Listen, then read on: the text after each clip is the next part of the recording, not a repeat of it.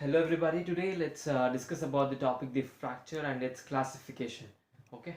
Now, the most important topic, the basic of orthopedics, is the fracture. Okay. What do you How do you define the fracture? Fracture is defined as the break in the continuity of the bone. Okay. I repeat it. It's the break in the continuity of the bone is what you define as the fracture. Okay. The fracture is being classified under the six headings. Okay. One, two, three, four, five, six.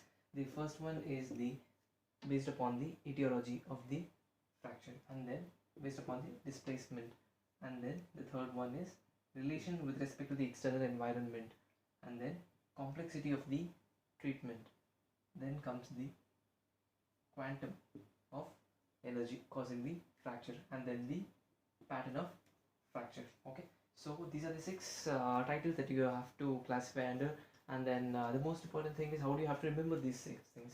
Imagine this is the bone, and then the first thing, there has to be a causative factor for anything to happen. So here the causative factor, imagine there's a trauma. Okay, and the trauma, so first thing is trauma etiology. Okay, the first thing is done, and second thing, whenever there's a trauma that leads to the fracture in this condition, and then this fracture will they can be a displacement, or they can might be an undisplaced fracture. Okay, so that's comes the displacement, second one. And the third one, okay, there's a displacement, and then there's a break in the skin, and the bone is penetrating to the skin and communicating with the external environment, so that can be the relation with respect to the external environment. Okay, now the patient comes to you, and then you'll be able to see, and then you have to deal with the treatment, and then you have to decide whether it's a simple fracture, or it's a complex fracture, and then treatment varies accordingly. And then the third one is based upon the complexity, and then what you have to do, you have to ask the patient, talk to the patient, and then get the elaborative history, and then do the needful. So when you ask the patient might say that there was the mode of the injury was so and so, the dashboard injury, or it can be a fall from height. So you'll be able to see whether it's the high energy or low energy, the quantum of force causing the fracture. Okay, so that forms the quantum of energy causing it, and then the you go ahead with the further investigative procedures that will help you find the pattern of the fracture, whether it's an oblique fracture, or the transverse fracture, or it's the comminuted fracture. Okay, that's how you classify the fracture under the six headings. Okay, let's go in detail about each one. Okay, so first one is based upon the etiology. The etiology can be because of the traumatic conditions or pathological conditions, or it can be because of stress. Okay, the first one is traumatic condition. Traumatic condition is the most common cause for the fracture. Okay, there can be a fall from height, or fall fight, or there can be a road traffic accident. Okay, so this constitutes the most common causative factor. All right, and then comes the pathological fracture. Pathological fracture is wherein the bone is already weakened by the underlying disease. So what happens is the weakened bone is more susceptible to the fracture. The patient develops fracture on trivial trauma. Okay, a small fall from a small height, patient develops fracture.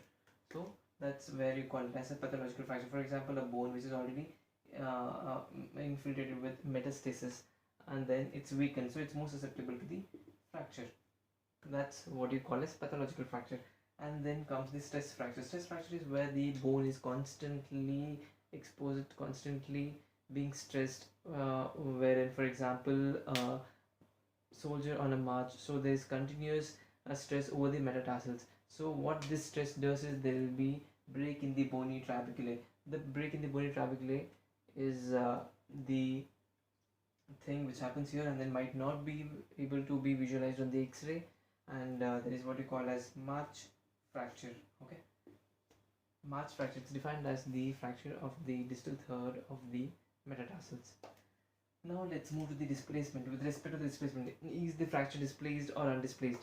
See, this is the bone, and there is a fracture here, and the proximal distal fragment is still in alignment, so you call it as undisplaced fracture. If it's displaced, you have to say that the distal fragment is being displaced with respect to the proximal fragment. Okay, this displacement can be in any form. There can be a shift, there can be an angulation, there can be rotation of the fracture. Okay, so this is shift, and then there can be a rotation, and then there can be angulation. All right, so that's how you tell about the displacement. And then the third thing is relation with respect to the external environment. Is it a closed fracture, or is it an open fracture?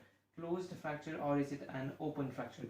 Closed fracture is wherein the skin and the soft tissue is intact and then the bone or the fracture site is not communicating with the external environment. Alright, and the open fracture is where it is communicating with the external environment. It is communicating with the external environment. So how do you define it?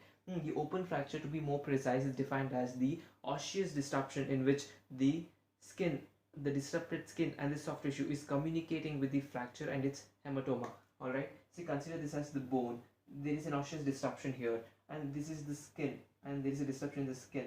Alright, so this is defined as the osseous disruption in which the disrupted skin and the soft tissue is communicating with the fracture and the fracture hematoma. Okay, that's how we define the open fracture. Now let's move to the next one, the complexity of the management. The complexity of the management is different for different simple fractures and then complex fractures. Simple fracture is just two fracture in two pieces where the soft tissue is intact and skin is intact, and then the fracture healing will go well. And then while in the complex fracture there is extensive periosteal stripping, there is extensive devascularization and then muscle injury. So what this does is there is vascular supply altered and then will not promote easy fracture healing, and then that might go in for delayed union or non-union. Alright, and then let's move on to the next thing, that's the quantum of energy. What is quantum of energy? It can be low energy or high energy trauma. Alright, so you call it low velocity or high velocity injury. Okay, that's what you call for the quantum of energy. And then comes at the end, the very important, that's the pattern of the fracture. The pattern of the fracture, is it transverse fracture? Transverse fracture is where the fracture line is perpendicular to the long axis of the bone.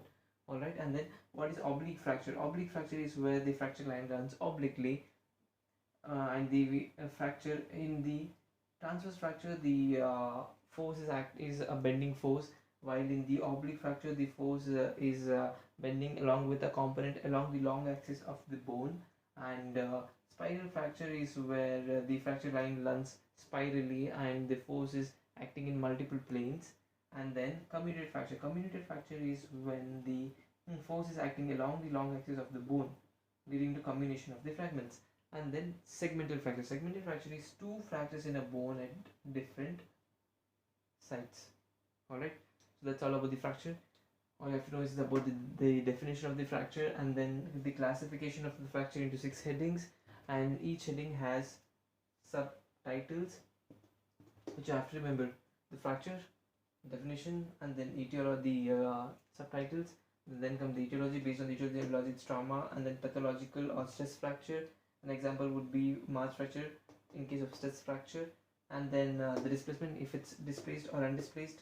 If it's displaced, then how is it? Is there a shift, angulation, or the rotation? And then the relation with respect to the external environment, is it a closed or an open fracture?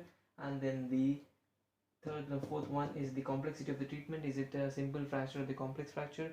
So the differentiating factor is the periosteal stripping, that is the extensive devascularization here in the complex fractures. And then quantum of energy, is it the low velocity injury or high velocity injury? And then the pattern of the fracture. Pattern of the fracture has oblique and then transverse and then spiral and then comminuted and segmental fractures. Thank you.